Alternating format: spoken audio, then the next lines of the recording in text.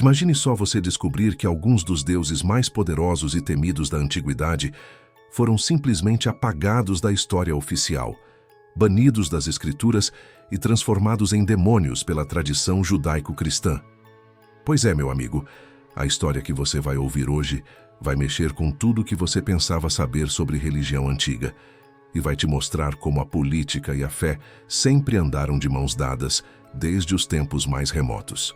Lá pelos idos de 3.000 anos atrás, quando o povo hebreu ainda estava se estabelecendo na Terra Prometida, existia um panteão inteiro de divindades que dominavam o imaginário do Oriente Médio. Esses deuses não eram simples invencionices de povos primitivos, não. Eles representavam forças cósmicas, controlavam os elementos da natureza e tinham milhões de seguidores que construíram templos magníficos em sua honra. Mas, conforme o monoteísmo judaico foi se consolidando, essas divindades poderosas precisavam ser eliminadas da consciência coletiva, e o jeito mais eficaz de fazer isso foi transformá-las nos próprios inimigos de Deus. O mais fascinante dessa história toda é que muitos desses deuses proibidos aparecem na própria Bíblia, só que de forma bem disfarçada. Pega o famoso Baal, por exemplo. Esse cara era o rei dos deuses cananeus, controlava as chuvas, a fertilidade da terra e era adorado em templos espetaculares por toda a região. Os agricultores faziam rituais complexos para ele, porque sem a bênção de Baal, as colheitas simplesmente não vingavam. Mas quando você lê o Antigo Testamento, Baal aparece como o grande vilão, o falso Deus que desvia o povo escolhido do caminho correto. A história fica ainda mais intrigante quando descobrimos que Baal não era nem mesmo um nome próprio inicialmente. A palavra significa simplesmente Senhor ou Dono, em hebraico e árabe antigo. Era um título que podia ser aplicado a vários deuses locais, cada um com suas especialidades e territórios. Existia o Baal Zebub, que controlava as moscas e as doenças, o Baal Peor, que era adorado no Monte Peor, e por aí vai. Cada cidade tinha seu próprio Baal, e isso criava uma rede de adoração que se espalhava por todo o Oriente Médio. Mas o que muitos não sabem é que existia uma deusa ainda mais poderosa que Baal, e que foi praticamente eliminada da história bíblica. Asherá, também conhecida como Astarté ou Ishtar, dependendo da região, era considerada a mãe de todos os deuses, a grande deusa da fertilidade e da guerra. Essa mulher comandava exércitos celestiais, decidia quem vivia e quem morria nas batalhas, e tinha templos que faziam os palácios dos reis parecerem casinhas de boneca. O mais chocante é que evidências arqueológicas sugerem que Asherá pode ter sido adorada junto com Yahvé, o Deus dos Hebreus, em alguns períodos da história antiga de Israel. Imagina só a confusão que isso causa na cabeça dos estudiosos.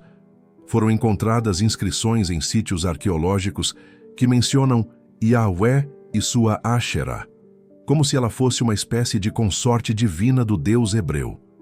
Isso significa que nem sempre o monoteísmo foi tão absoluto quanto as escrituras fazem parecer.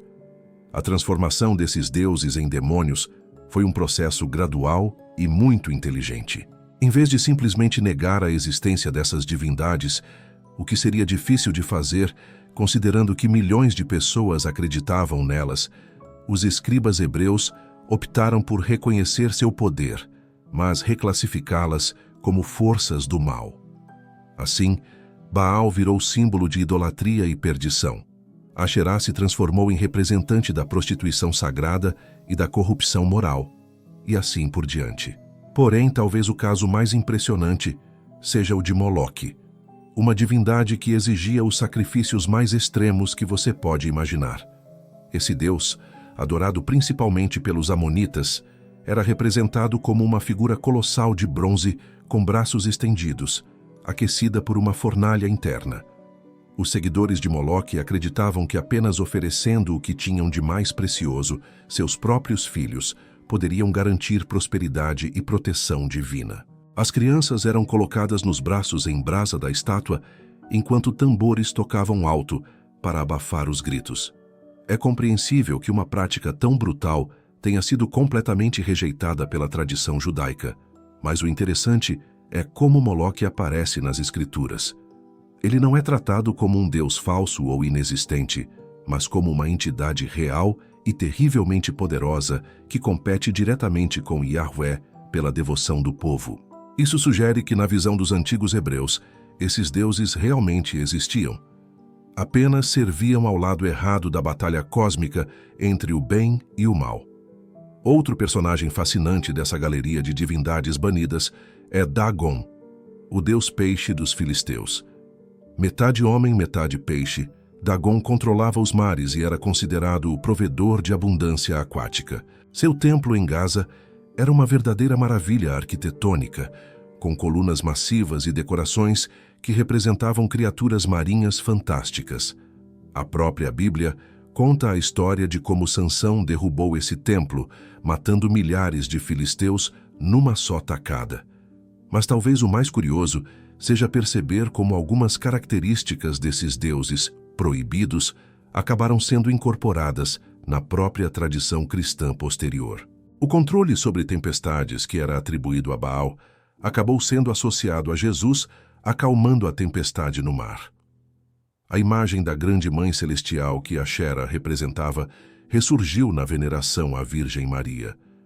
É como se essas necessidades espirituais humanas fossem tão fundamentais que encontraram uma forma de sobreviver, mesmo quando oficialmente banidas. A arqueologia moderna tem revelado templos inteiros dedicados a esses deuses, com inscrições detalhadas que mostram como seus cultos funcionavam. Em Ugarit, na atual Síria, foram descobertos textos que contam histórias épicas sobre Baal lutando contra Yam, o deus do mar primordial, numa batalha que lembra muito o confronto bíblico entre Deus e Leviatã. Essas descobertas mostram que existia toda uma mitologia complexa e sofisticada por trás desses cultos, com narrativas que rivalizavam em beleza e profundidade com qualquer tradição religiosa. O que torna tudo isso ainda mais fascinante é perceber que essa guerra dos deuses não foi apenas uma disputa teológica abstrata. Ela refletia conflitos políticos e culturais muito reais entre diferentes povos que lutavam pelo controle da mesma região. Cada vitória militar era interpretada como prova da superioridade de um deus sobre outro. Quando os hebreus conquistavam uma cidade cananeia, não era apenas uma vitória humana, mas a demonstração de que Yahvé era mais poderoso que Baal. Essa dinâmica explica por que esses deuses precisavam ser não apenas derrotados, mas completamente demonizados. Não bastava dizer que eles eram falsos, porque isso deixaria a porta aberta para questionamentos. Era necessário transformá-los em representantes do próprio mal, em inimigos declarados de tudo que era bom e sagrado. Assim, adorar qualquer um deles se tornava não apenas um erro teológico, mas uma traição cósmica. Pensando bem, essa história toda nos faz questionar quantas outras narrativas históricas foram moldadas pelos vencedores para servir aos seus propósitos. Quantos outros deuses, quantas outras tradições espirituais foram apagadas ou distorcidas ao longo dos milênios?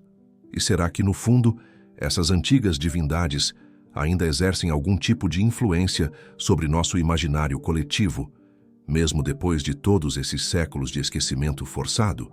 A resposta para essas perguntas pode estar mais próxima do que imaginamos, enterrada não apenas em sítios arqueológicos, mas também nos símbolos e rituais que ainda praticamos sem nem perceber sua origem. Se você gostou do vídeo, peço que fortaleça o canal com sua curtida e já se inscreve.